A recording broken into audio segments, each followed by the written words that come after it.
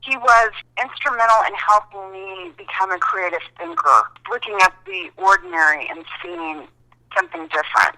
He just saw the beauty in everything. So many of our teachers were very reserved, and Wally was not. Wally instilled in us the ability to continue to persevere and to continue to challenge ourselves.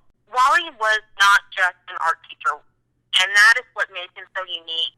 Wally was this wonderful person that generously entrusted us with a space and then allowed us to develop. He was new when I was new to Ursuline because he had come from Trinity. He was wonderful, and his students at Trinity loved him. But then the whole scandal of, and I use that word very loosely, of why he had to leave Trinity, you know, we all knew at Ursuline, but nobody gave a crap. Apparently it mattered either, I don't know if it was the parents or to, like, if that part of his life had just, I don't really know. Nobody had a lot of answers when he did leave. He actually said, this is how you learn. It's through your mistakes. You learn through your life experiences. And that was the first time that I really ever understood making mistakes is okay.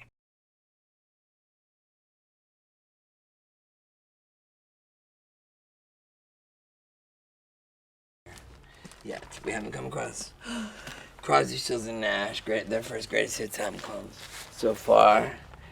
This has got Deja Vu. I'm like, oh my god, awesome.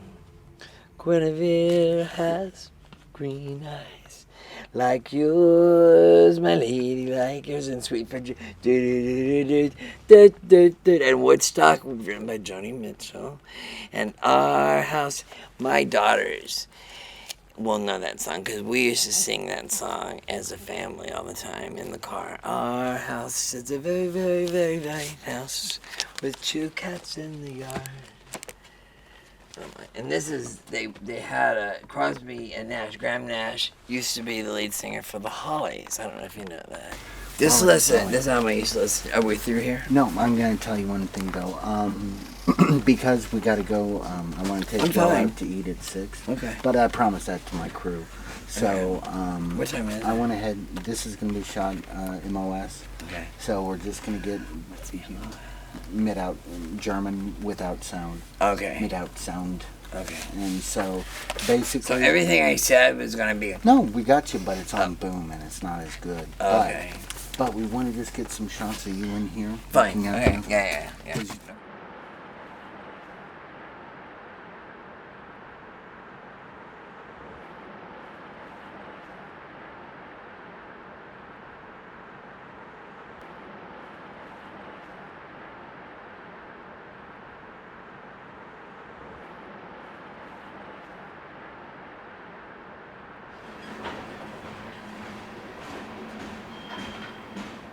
I'm trying to learn how to be happy here because this is where I am. It's not my choice. It's just where I am.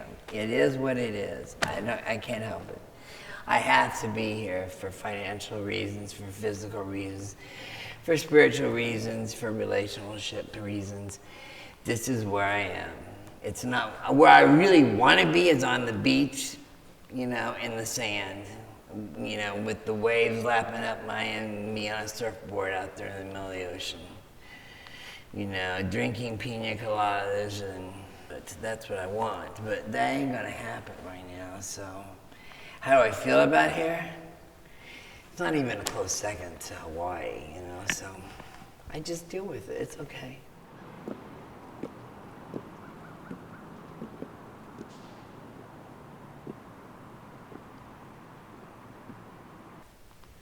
Well, here I am, where everything kind of began, the Capitol in Missouri and the House of Representatives study. I came here when I was a little boy, I think in kindergarten, and my teacher brought us here.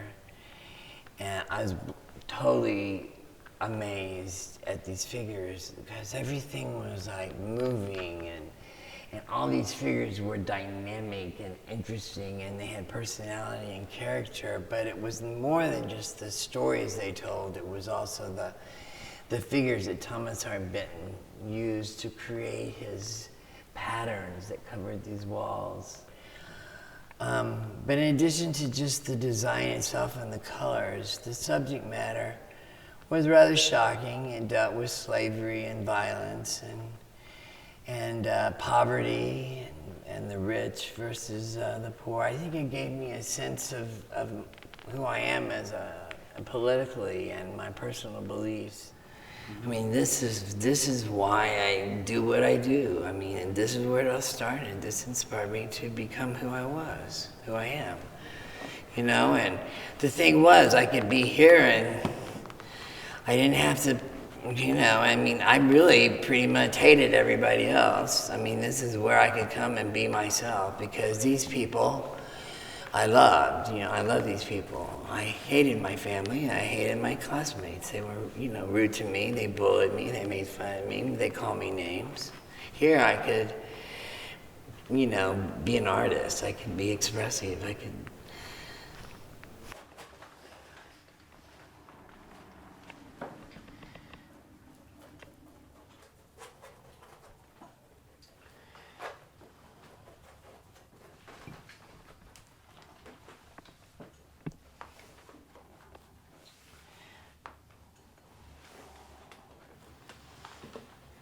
I usually listen to music when I do this. This is really weird.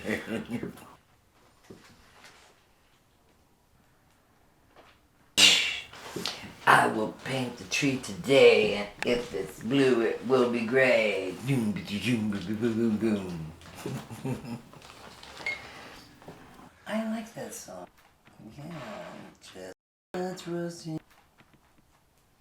I do. Yeah, you don't. You can say.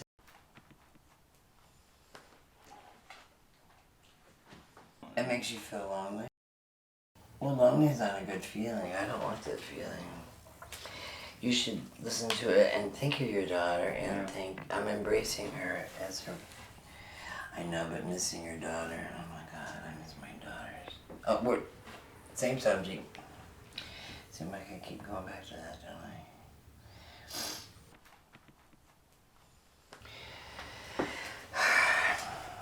I don't know. I have no plans to see. Well, no, right now, no, there's not any plan to see them. Originally, I thought they were coming here for Thanksgiving, and they ended up, their uncle dying, so they all went to, you know, understand. I understand, but I didn't understand, if that makes any sense. I understood, but it still didn't make me not miss them, so.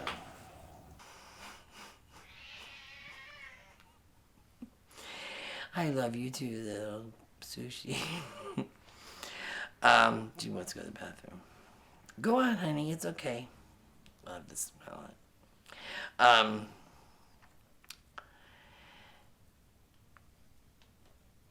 So, what was the question? I just lost track with the cat. Sorry.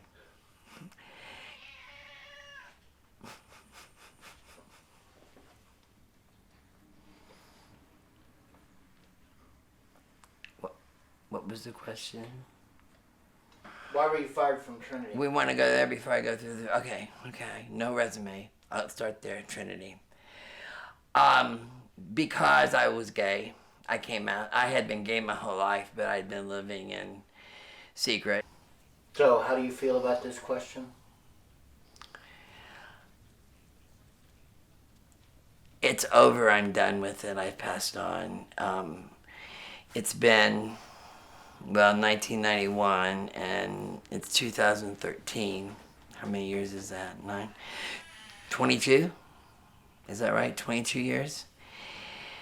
That's a long time ago. That's a whole life ago. Right? That's a whole life ago. We have a 23-year-old. What I'm saying is, it's a life ago. And I have gone past that so many times. I've explained this story so many times. By talking about it now, it almost seems silly. Because I thought about how many times, how would I have done it differently? Maybe I should have come out when I was in high school. So then I think, well, if I had come out earlier, and not gotten married, I wouldn't have 3 daughters, probably. And those 3 girls are the most important thing in my entire life. I would, if you call it suffer, I would suffer through everything I've suffered through just to have those 3 girls. Everything I've ever done has been more than worth having those 3 girls. I would not, if I had to go through it twice as hard, I would do it just for those 3 girls.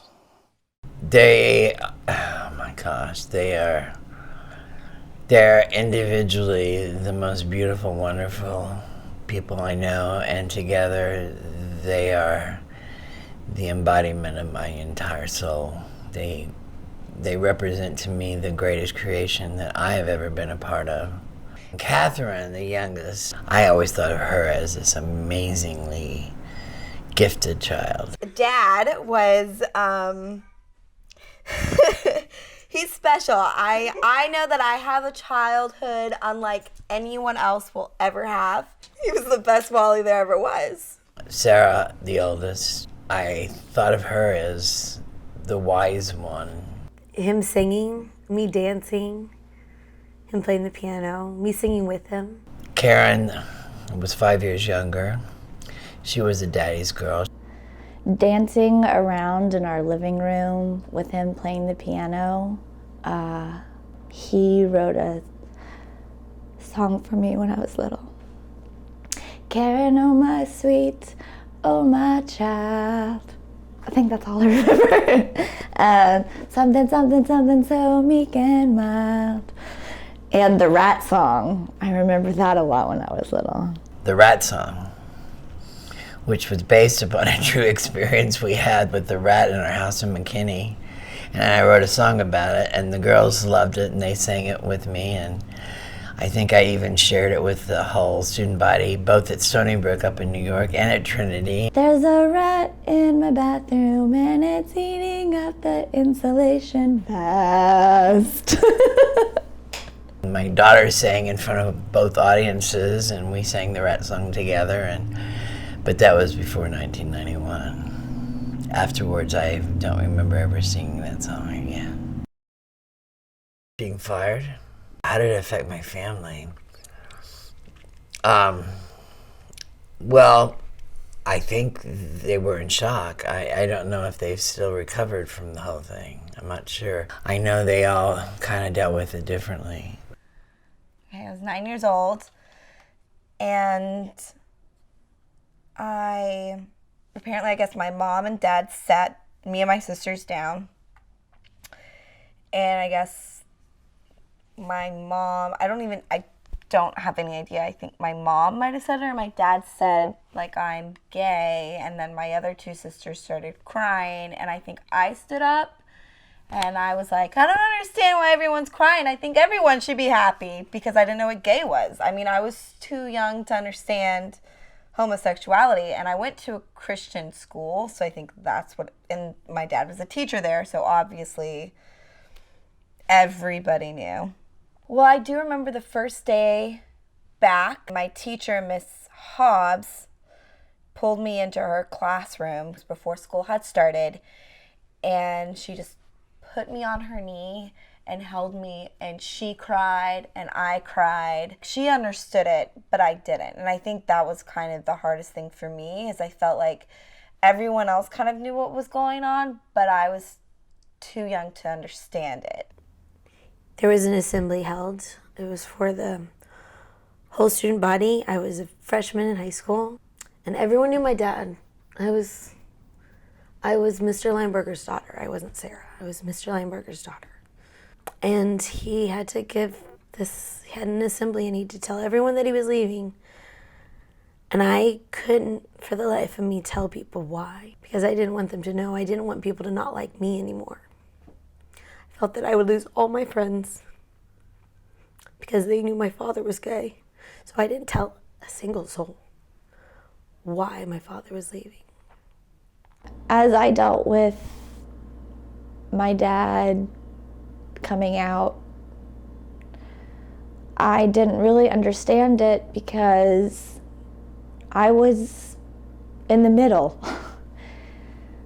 Sarah was old enough to understand it. Catherine was young enough to not. And I was in the middle. I think their classmates, it was hard for them to, because they stayed at the school and had to deal with the whatever was going on, humiliation. I actually had a kid who told me my dad was going to hell, which was fun. And I had friends who weren't allowed to come over and play anymore, who weren't allowed to come to my birthday parties, who, like, I knew everyone was talking about me, and it was hard because I didn't understand it. I didn't know who I could trust. I didn't know if I could trust my teachers or my friends or my parents, because I felt like they had hidden so much from me, trying to keep me together, but then and there, I became Sarah, and I stopped being Mr. Linebarger's daughter. Trinity judges, and maybe not Trinity, it was the community judged, and they looked at me, and I changed. I don't know if Trinity changed. I changed. It took me till I was a senior in high school until I told my best friend. Sorry. I was just so scared that they wouldn't love me anymore, and they were my friends. But everyone just... And I looked up to my father so much. He was my hero. He was amazing. My dad is the most amazing, most talented person I've ever met. Best teacher ever.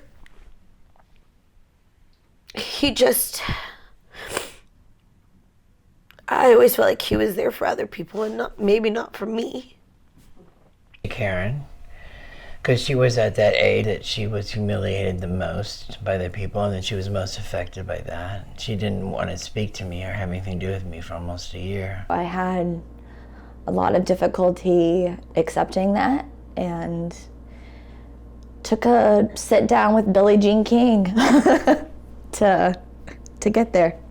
It was her and Martina Navratilova, and it was when he was teaching at school for kids who were gay or whose parents were gay, and they came to the school one day, and we just had a conversation about that.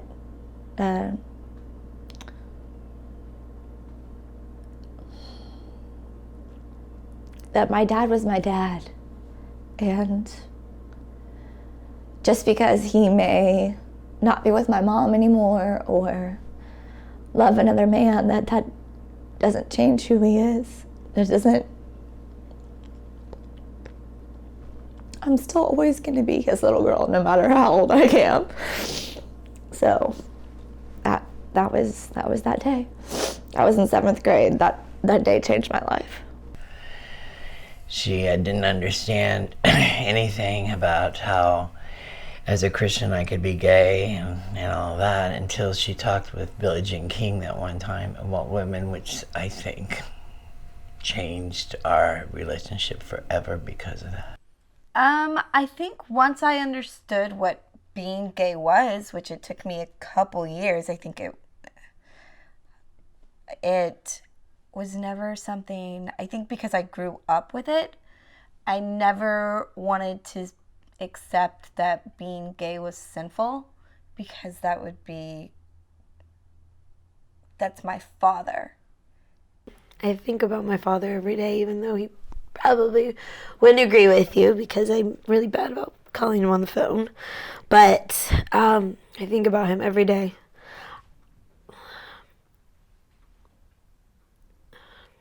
He has faith. He has faith, and that's something, but it's always going to be okay. And if it's not okay, we'll deal with it. 'Cause you gotta. He drives me crazy sometimes. But I wouldn't be who I am without my dad. There's no way. there's no way that I would be open, be loving, be loyal, be steadfast, be crazy and passionate, sensitive, and I think about him every day. I never thought I would be the person that would be so depressed that I would be hopeless. I'd be in that black hole, but when I finally did, when I finally caved into that black hole, the only thing that kept me from killing myself was the knowledge that I would be hurting my girls so much. And I could never, ever, ever forgive myself for that if I hurt them that way. I think always remained faithful, whatever that meant to him in whatever time, even if we weren't speaking. I think he always has had faith,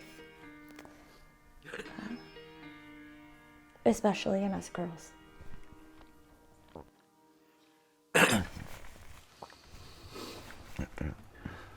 So, it's beautiful, Andy. You did a great job editing. It's really beautiful. Very nice. Very well done. Better than I even imagined, to be honest. Very nice. Very nice.